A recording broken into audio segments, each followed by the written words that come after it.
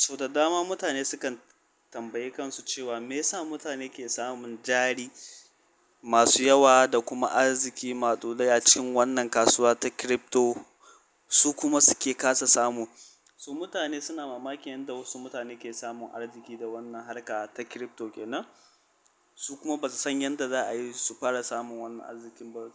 Sukan yawaita tambayar kansu me yasa hakan yake faruwa da su, me yasa ba su samun riba a lokacin da za su yi bacci. So insha Allahu a yau wannan bidiyo zan muku bayani dalla dalla yadda mutum zai fara samun riba ya daina asara sosai a cikin wannan kasuwa na crypto insha Allahu, ya zama ɗaya daga cikin mutanen da za su ringa samun arziki mai albarka insha Allahu. A cikin wannan bidiyon dai kuma still zan ƙara nuna muku analysis masu kyau da ya kamata ka sani kamun fara wannan harka ta crypto kenan. Yana da kyau ka kalli bidiyon nan daga farko har zuwa ƙarshe. Idan farkon zuwan ka nan channel, ka daure ka danna mana subscribe da alamar ƙararrawar sanarwa domin samun cikakken bidiyon nan tun daga farko har ƙarshe. Don haka abu na farko shine analysis. Me kalmar analysis take nufi? Kalmar analysis tana nufin wato bincike kenan, wato ko kuma ku ce nazari, duk za ku iya ɗaura su a wannan kalma, duk kusan abu da yake nufi. Wato bincike kamun shiga kasuwa, ko kuma duba yanayin yadda kasuwa take, ko kuma duba yanayin yadda kasuwa ya kamata ka shiga cikin wannan lokacin ko bai kamata ba. Crypto kalma ce mai girma da ake cewa crypto analysis. Yana ɗaya daga cikin abun da idan ka iya shi a crypto world to gaskiya za ka guje wa asara. Za ka guje wa asara da kuma asarar dukiyar da ka sa. Sannan crypto yana son ka yi nazari sosai. Nazari sosai shine asalin ilimin crypto, wato nazari sosai.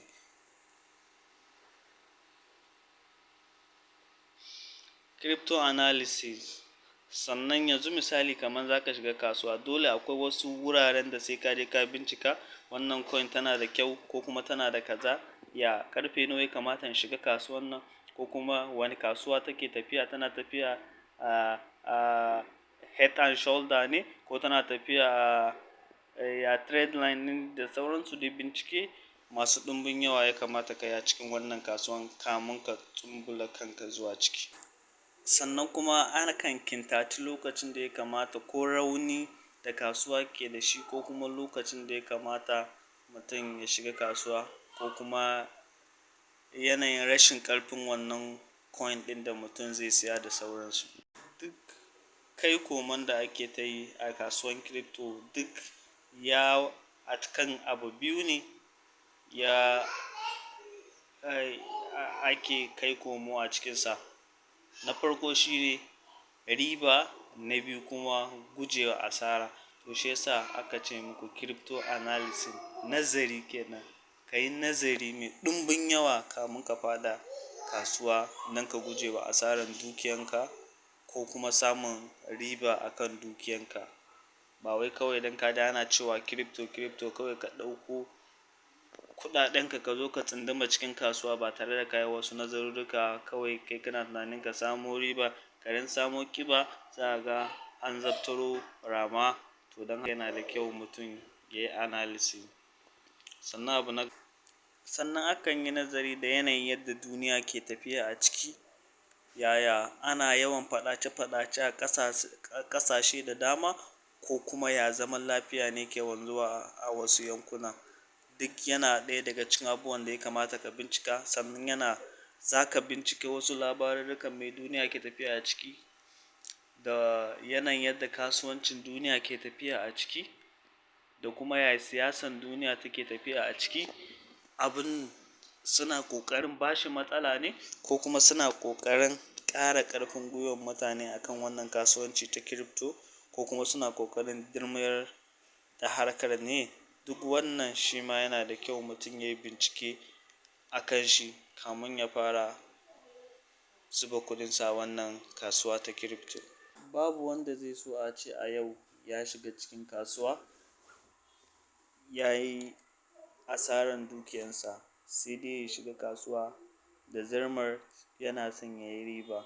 Sannan yana da kyau ka bincika coin ɗin da ya kamata ka saya, don coin muna da su da yawa, akwai su shitcoin da sauransu. Ka yi bincike wani coin ya kamata ka zuba kuɗinka a ciki ka samu riba, don akwai coin ɗin da za ka iya zuba kuɗinka ko ka yi holding, ka ce za ka yi holding na shekara ɗaya ko shekara 5, haka coin ɗin za ka zo ka same shi bai motsa ko nan da nan ba. Akwai coin ɗin da kuma ka yi bincike a kan shi sosai, za ka iya sayen sa a cikin 'yan watanni sai ya baka wasu riba da baka yi tunani ba. Ka zo kana mamakin ya aka yi wannan ya baka waɗannan ribobin da kai baka yi tunanin za ka samu riba mai ɗumbin yawa a kan wannan ba. To shi yasa yana da kyau na ce zan muku bayani dalla-dalla domin mutum ya san me ya kamata yi kamun shiga wannan harka ta crypto.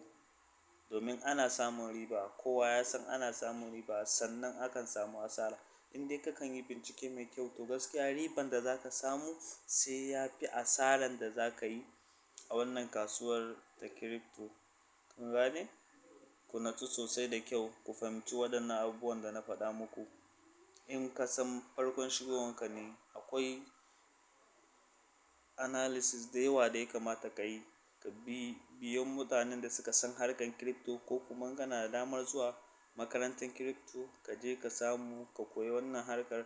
Insha Allahu za ka samu fahimta sosai a cikin wannan harka ta crypto, kuma insha Allahu za ka samu riba sosai a cikin wannan crypto.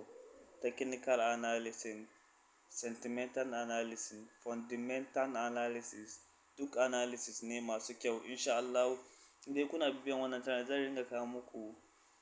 Wannan mun fara shi ne darasi na ɗaya. Insha Allahu akwai sauran darussukan da za mu kawo muku a kan su candlestick, wani lokaci ake shiga trading, wani lokaci ya kamata ka sayi coin a kasuwa, sannan wani coin ya kamata ka saye shi, sannan menene kuma shi karan kansa candlestick kenan, menene trade line, menene candlestick, wani website ya kamata ka yi amfani da shi wurin trading, wanne ne bai kamata ka yi ba.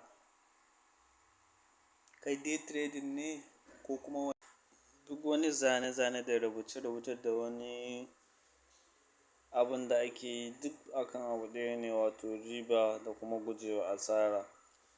Shi yasa ake waɗannan abubuwan, ba wai don kawai mutum ya zaɓi ya ɓata wa kansa lokaci bane yasa yake analysis, technical analysis, domin kawai ya samu riban abun da zai yi ne.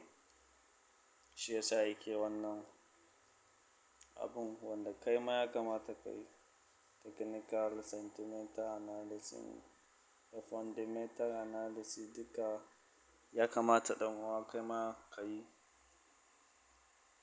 wannan abun. Yauwa to haka.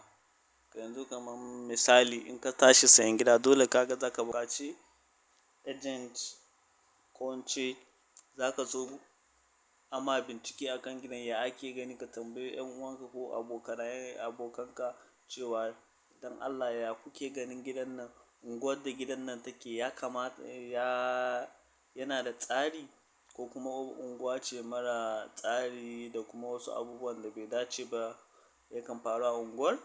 Za ka yi so ka yi wannan binciken saboda ka samu masaniya a kan inda ka sayi gida, ko inda kake so ka sayi gida, saboda ka samu gamsuwar cewa inda ka sayi gida ba shi da matsala, ko idan damuna ya zo ruwa ba zai ringa shiga gidanka ba, ko kuma wani abu makamancin haka. Akwai tsaro a unguwar da sauransu, ba a yawan sace-sace ko ƙwacen waya da sauransu a unguwar. Duka yi ƙoƙarin sanin waɗannan abubuwan, kuma ka bi duk wasu matakan da ya kamata ka bi, duk ka sani, duk ka bi su step by step. To shi ne ake nufi, kamar misalin fundamental analysis kenan. Kamar haka shine cikin sassauƙar bayani da za ku fi ganewa da wuri. Kamar haka shine fundamental analysis kenan. To don haka, idan kun ji daɗin wannan bidiyon, ku daure ku danna mana subscribe da alamar ƙararrawar sanarwa. Insha Allahu a darasi na biyu za mu ɗaura daga inda muka tsaya. Insha Allahu mun gode. da patronizing ɗinku. Idan farkon zuwanka ne wannan channel, ka daure ka danna mana subscribe da alamar ƙararrawar sanarwa. Mun gode, mun gode.